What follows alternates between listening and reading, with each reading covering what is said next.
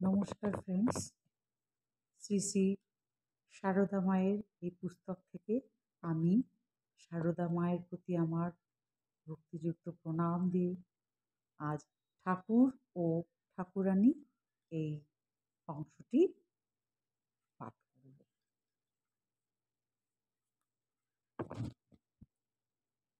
ঠাকুর ও ঠাকুরানী। সর্বসাধনার শেষে শ্রীরামকৃষ্ণ এই সময় সর্বদা ভাব মুখে থাকতেন।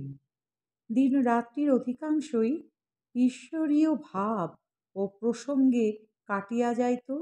উচ্চ অনুভূতির সামান্য একটু ইঙ্গিত, সঙ্গীতের মাত্র একটি কলি তাহার মনকে সমাধি স্তরে লইয়া যাইত। সেই অবস্থায় যেন তাহার সহজ অবস্থা। জোর করিয়া মনকে বাহ্য জগতে নামাইয়া রাখিতে হইত। সেই সময় তাহার আচার ব্যবহার 5 বছরের বালকের মতো। খাওয়াইয়া দিলে খান, কাপড় পরাইয়া দিলে পরেন। কোনো কিছু প্রশ্ন জাগিলে মন্দিরে মাকে গিয়া জিজ্ঞাসা করেন। ভাগিনের হৃদয় কালীঘরে পূজার সহিত মামারও দেখাশোনা করিত। সারদামণি দক্ষিণেশ্বরে আসিলে শ্রীরামকৃষ্ণ তাহাকে সাদরে বরণ করিয়া লইলেন, আর সারদামণিও মন প্রাণ দিয়া স্বামীর সেবা করিতে লাগিলেন। সারাদিন নহবতে থাকিয়া কাজ কর্ম শেষ করিয়া শ্রীরামকৃষ্ণের ইচ্ছানুযায়ী তাহার শয্যাতেই তিনি শয়ন করিতে আসিতেন। এক চন্দ্রলোকাতীত রজনীতে পার্শ্বে সুপ্তা ধর্মপত্নীর প্রতি চাহিয়া শ্রীরামকৃষ্ণ তাহার সাধন মার্জিত মনকে সম্বোধন করিয়া বলিতেছেন, মন, ইহারই নাম স্ত্রী, শরীর। উহা গ্রহণ করিলে দেহের আনন্দেই আবদ্ধ থাকিতে হয়, সচ্চিদানন্দ লাভ করা যায় না। ভাবের ঘরে চুরি করিও না, সত্য বলো, কোনটি চাও? সচ্চিদানন্দ চিন্তা মাত্র তাহার মন সেই আনন্দে বিলীন হইয়া গেল। দেহ স্থির নিস্পন্দ। কিছুক্ষণ পরে সারদামণির ঘুম ভাঙিলে শ্রীরামকৃষ্ণের ওই অবস্থা দেখিয়া ভীত কিংকর্তব্য বিমূঢ় হইয়া হৃদয়কে ডাকিলেন। হৃদয় জানিত কিভাবে এরূপ ভাবাবস্থা ভাঙাইতে হয়। এই ঘটনার পর শ্রীরামকৃষ্ণ নিজেই সারদামণিকে শিখাইয়া দিলেন, ঈশ্বরের যে ভাব লইয়া ভাব সমাধি হয়, তদনুযায়ী নাম ধীরে ধীরে শুনাইলে ভাব সংবরণ হয়। অতঃপর সারদামণি নিজেই শ্রীরামকৃষ্ণকে ভাবাবস্থা হইতে সহজাবস্থায় ফিরিয়া আনিতেন। দিনের পর দিন, মাসের পর মাস এইভাবে কাটিয়া গেল। কাহারও মন দেহের স্তরে নামিল না। এই প্রসঙ্গে শ্রীরামকৃষ্ণ বলিয়াছেন, বিবাহের পর জগন্মাতার কাছে প্রার্থনা করেছিলাম, মা, ওর কাম ভাব এককালে দূর করে দে। এই সময়ে একত্রে বাস করে বুঝেছিলাম, মা আমার প্রার্থনা পূরণ করেছেন। একদিন শ্রীরামকৃষ্ণের পা টিপিতে টিপিতে সারদামণি জিজ্ঞাসা করিলেন, আচ্ছা, আমি তোমার কে? শ্রীরামকৃষ্ণ যেন প্রস্তুত ছিলেন। সুধামাখা ভাষায় উত্তর দিলেন, যে মা মন্দিরে, যে মা এ শরীরের জন্ম দিয়েছেন, সম্প্রতি নহবতে তুমি আমার সেই মা আনন্দময়ী।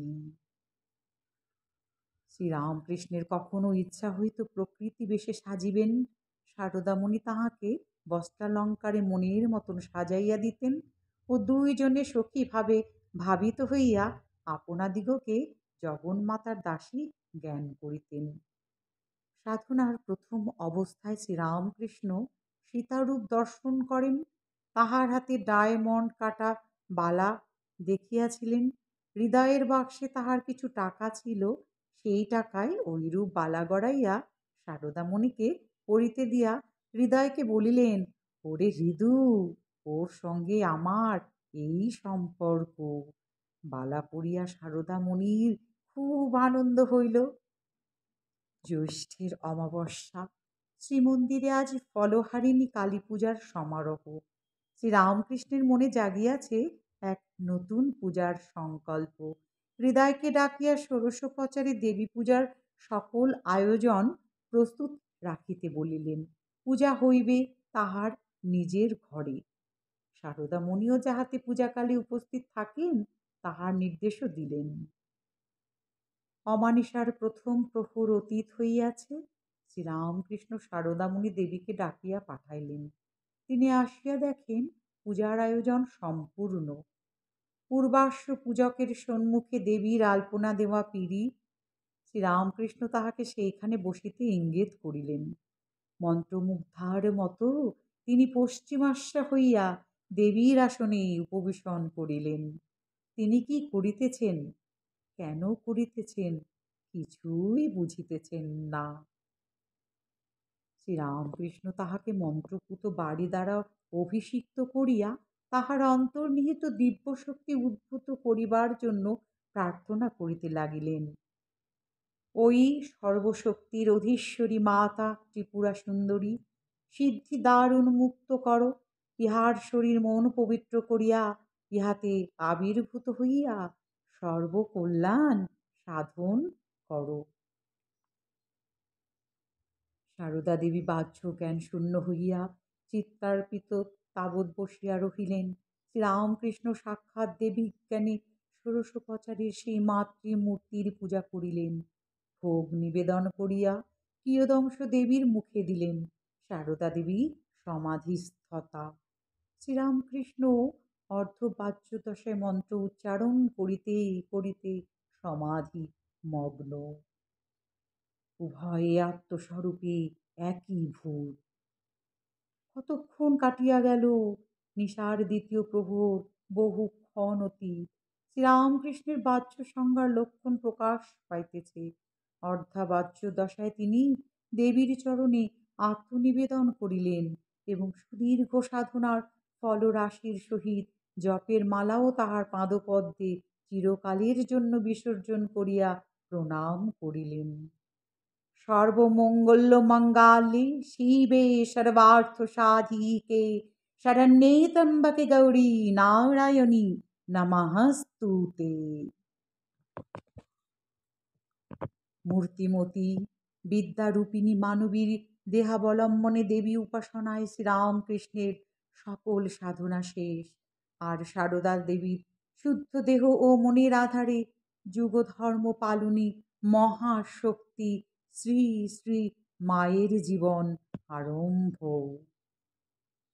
শ্রী শ্রী মায়ের বাহ্য জ্ঞান ফিরিয়া আসিলে তিনি মনে মনে শ্রীরামকৃষ্ণকে প্রণাম করিয়া বাহিরে আসিলেন।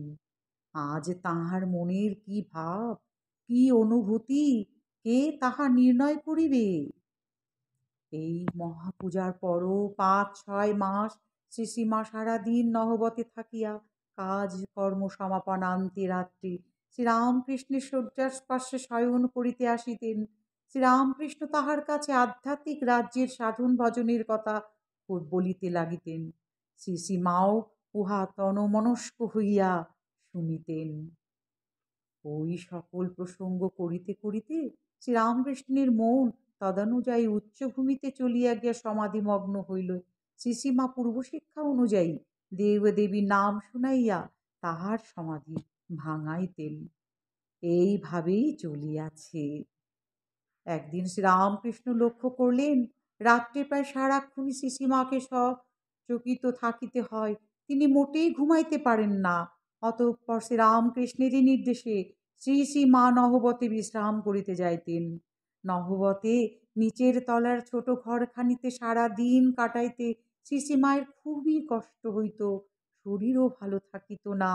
লজ্জাশীলা দেবী দিনের আলোয় বাহির হইতেন না। বহুদিন পর্যন্ত মন্দিরের কর্মচারীরাও জানিত না যে চন্দ্রাদেবী ছাড়া ওখানে আর কেহ থাকেন। একদিন পূর্ণিমার আলোয় 10 দিক উদ্ভাসিত দেখিয়া শ্রী শ্রীমা ভগবানের নিকট করজোড়ে প্রার্থনা করিলেন, আমার মনটি ওই জোছনার মতো নির্মল করে দাও। আবার গঙ্গা জলে চন্দ্র প্রতিবিম্ব দেখিয়া কাঁদিয়া কাঁদিয়া বলিতেন, চাঁদে কেউ কলঙ্ক আছে, আমার মনে যেন কোনো দাগ না থাকে।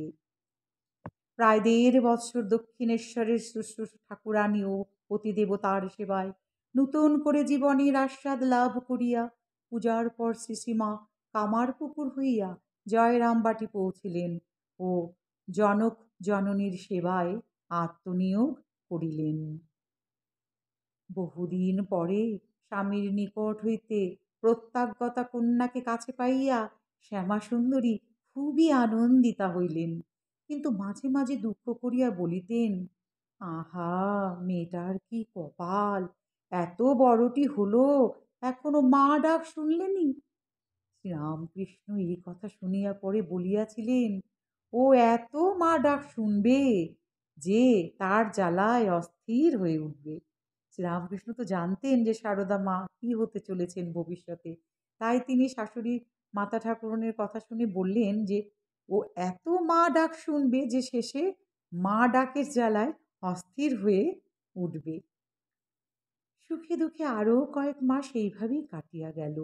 শ্যামসুন্দরীর সংসার এক বিষম বিপদ পাত হইল।